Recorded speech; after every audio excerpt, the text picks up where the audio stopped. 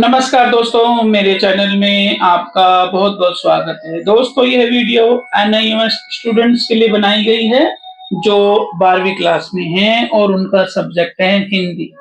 दोस्तों, इस वीडियो में आप चैप्टर 10वां 10th जिसका नाम है पीढ़ियां और गिट्टियां और जिसके लेखक हैं हरिशंकर परसाई, इस वीडियो में आप इस पाठ को आसानी से और स्पेशल इफेक्ट के साथ समझेंगे। दोस्तों, इस पाठ में उन्होंने दो पीढ़ियां, दो जनरेशन के बीच अंतर और संघर्ष को दिखाया है। दोनों पीढ़ी अपने अधिकार और कर्तव्य को बनाए रखने के लिए एक दूसरे पर कटाक्ष और चोट करती हैं। दोनों पीढ़ी क्या-क्या कटाक्ष और चोट एक दूसरे पर करती हैं, यही इस पाठ में आप जानेंगे। दोस्तों, पाठ को शुरू करने से पहले थोड़ा व्यंग पर बात कर लेते हैं, क्योंकि हरिशंकर परसाई जी ने जो ये पाठ लिखा है, इनकी शैली भी व्यंग्यात्मक है और इसी पाठ को इन्होंने इसी शैली में लिखा है। हरिशंकर परसाई जी को व्यंग शैली में महारत हासिल है। इस पाठ का एक और भी उद्देश्य है दोस्तों कि आप इस पाठ के माध्यम से व्यंग को समझने का कौशल का विकास कर ले और व्यंग क्या है इसके अर्थ को जान लें। व्यंग का अर्थ होता है गड़बड़झाला, कटाक्ष और तंज।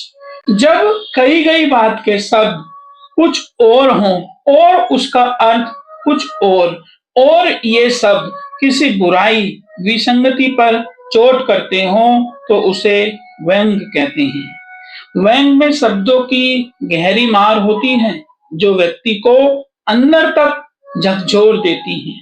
व्यंग द्वारा कही गई बात जिसके लिए होती है वह तो तिलमिला जाता है, लेकिन बाकी सब हंस देते हैं। जैसे यदि मैं कहूं कि लोग आजकल सुबह उठकर बड़े-बड़े कांड करते हैं, तो जिसके लिए यह बात कही गई है वो तो तिलमिला जाएगा, लेकिन बाकी सब हंस देंगे।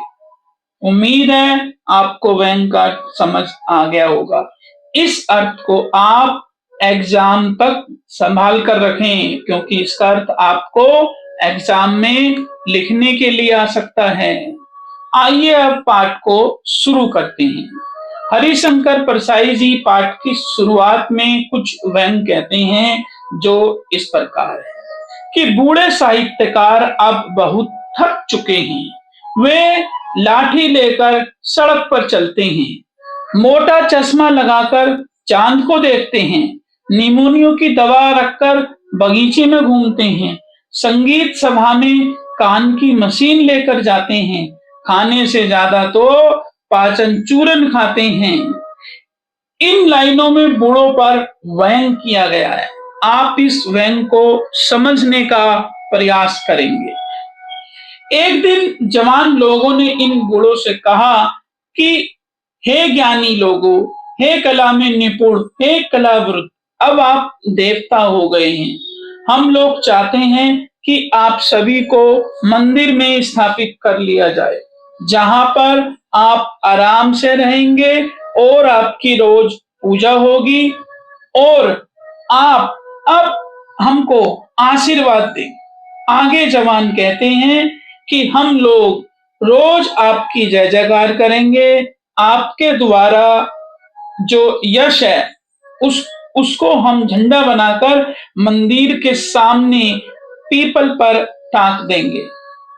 रोज आपके लिए पकवान आएंगे, रोज आपकी आरती होगी। आप सभी ने अपने जीवन में जो पुस्तकें और साहित्य लिखा है, इससे प्राप्त रॉयल्टी को हम आप पर खर्च करेंगे और इसका खर्चा भी इसी से निकलेगा और हम इनका पैसा सारा का सारा मंदिर में पहुंचा देंगे और आप सभी अपने जीवन के संस्मरण और जो ज्ञान रूपी काव्य हैं, हम उसकी एक रिकॉर्डिंग कराकर उसकी पुस्तकें छपवाकर जो आमदनी उससे होगी वह आमदनी भी हम मंदिर में ही देंगे।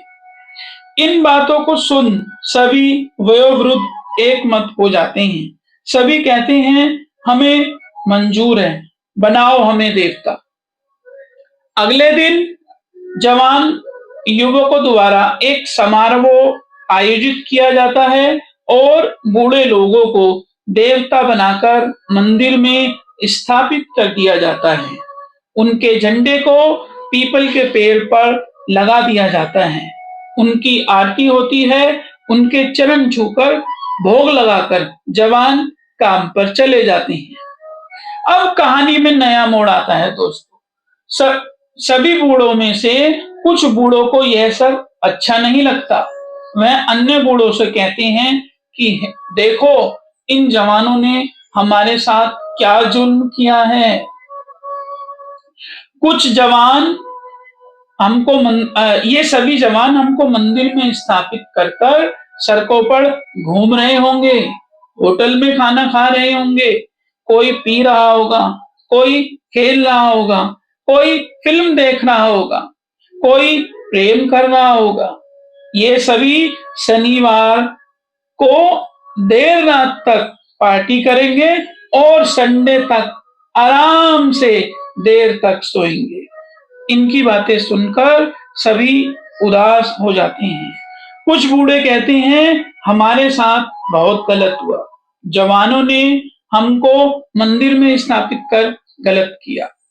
उन्होंने हम बूढ़ों को मंदिर में कैद कर लिया है और खुद जीवन के मजे ले रहे हैं। अरे यह सब काम तो करने की हमारी उम्र है। हम जीवन में रिटायर हो चुके हैं। इन जवानों को तो अभी जीवन में बहुत कुछ करना है, बहुत कमाना है। हमको यह सब स्वीकार नहीं, इसका विरोध करो। कुछ बूढ़ों को उनकी बात अच्छी लगती है और कुछ बूढ़ों को उनकी बात अच्छी नहीं लगती। लेकिन बागी बूढ़े उनकी बात से सहमत नहीं होते और वो कहते हैं नहीं, हम सबको इसका विरोध करना चाहिए।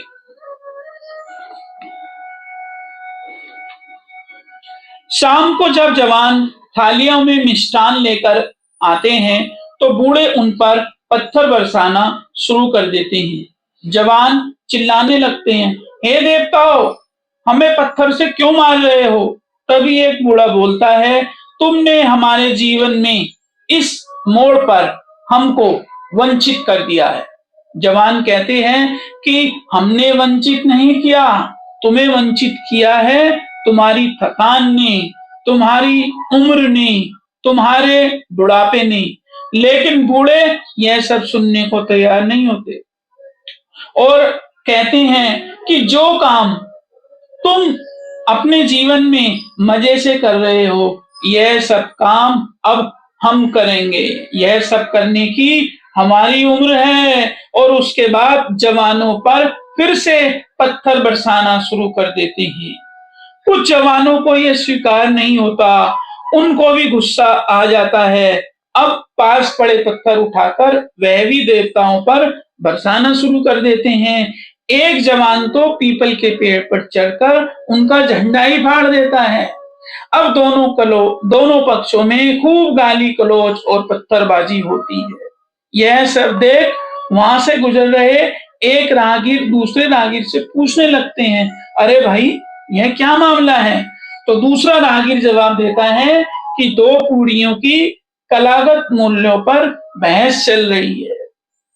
पाठ के अंत में लेखक फिर वही करता है। बरसों से नई पीढ़ी और पुरानी पीढ़ी के बीच यह बहस चली आ रही है। यहीं पर पाठ का अंत हो जाता है। यहाँ पर हरिशंकर परसाई जी व्यंग के माध्यम से यह कहना चाहते हैं कि पुरानी पीढ़ी को दायित्व सौंपना ही, पुरानी पीढ़ी नई पीढ़ी को दायित्व सौंपना ही नहीं चाहती। उन्हें यह डर है कि कहीं नई पीढ़ी हर क्षेत्र में उनका अधिकार ना स्थापित हो जाए और वो बहुत सी चीजों से वंचित ना हो जाए।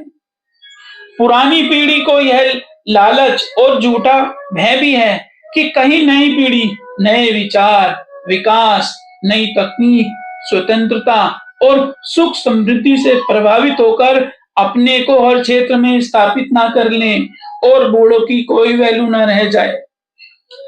यहाँ पर एक बात कहने लायक और है कि जिस समाज में ऐसी पुरानी पीढ़ी होगी, उस समाज में युवक कुंठित, आत्मविश्वास से विहीन तथा अकेलेपन से ग्रस्त होकर समाज विरोधी होंगे। अब यहीं पर इस पाठ का अंत होता है दोस्तों। दोस्तों कैसा लगा है पाठ आपको? उम्मीद है अच्छा लगा होगा और स्पेशल इफेक्ट के साथ आपको इस पाठ को समझने में सुविधा भी हुई होगी। दोस्तों इस पाठ के अंत में परीक्षा की दृष्टि से कुछ वर्णनात्मक डिस्क्रिप्टिव जो क्वेश्चन है वो भी मैंने आपको समझाए हैं। उनके आंसर को आप वीडियो को उसी मिनट और सेकंड पे ले जाकर देखें जो मिनट और सेकंड मैंने आपको अपने क्वेश्चन के आंसर में समय अवधि बताई है। पाठ के अंत में कुछ ऑब्जेक्टिव टाइप भी क्वेश्चन है जो परीक्षा की दृष्टि से आते हैं। डिस्क्रिप्टिव क्वेश्चन आंसर का पहला क्वेश्चन ये है, व्यंग्य किसे कहते हैं? यह पाठ एक व्यंग्य रचना है, सिद्ध कीजिए। इसके लिए आपको इस वीडियो को दोबारा 1 मिनट 43 सेकंड से 2 मिनट 38 सेकंड तक देखना होगा। नई पीढ़ी पुरानी पीढ़ी से क्या चाहती है? पुरानी पीढ़ी के लोग नई पीढ़ी को आगे क्यों नहीं आने देना चाहते? इसके आंसर के लिए आपको वीडियो को देखना होगा 9 मिनट 31 सेकंड से 10 मिनट 33 सेकंड तक। पाठ की शुरुआत में लेखक ने वयोवृद्ध की जो विशेषता बताई है उस व्यंग्य का वर्णन कीजिए। इसके आंसर के लिए आपको वीडियो को देखना होगा 3 मिनट 1 सेकंड से 3 मिनट 39 सेकंड तक।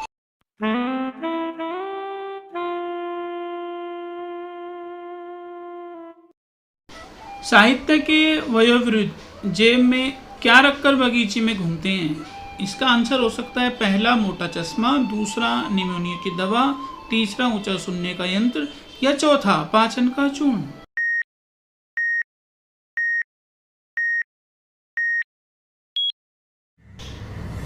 इसका सही आंसर है दूसरा निमोनिया की दवा। तरुण चाहते हैं कि पहला वृद्धों की सेवा करना, दूसरा वृद्धों की बात नहीं मानना, तीसरा वृद्धों का स्थान लें या चौथा अपना झंडा फहराना।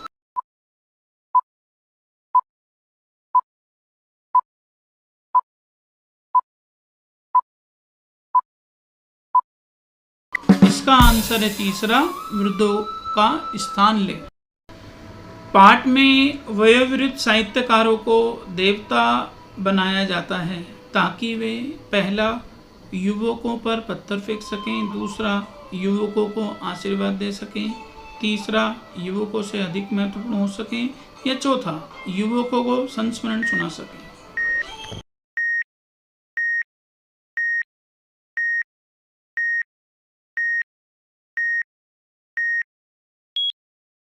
इसका सही आंसर है चौथा युवक को संस्मरण सुना सकें। वृद्ध तरुणों को पत्थर मार रहे थे क्योंकि पहला तरुणों द्वारा उनकी पूजा की जा रही थी, दूसरा तरुणों ने उनके अधिकारों पर कब्जा कर लिया था, तीसरा तरुण उन्हें सम्मानित नहीं मानते थे या चौथा तरुणों ने उनके झंडे फाड़ दिए थे।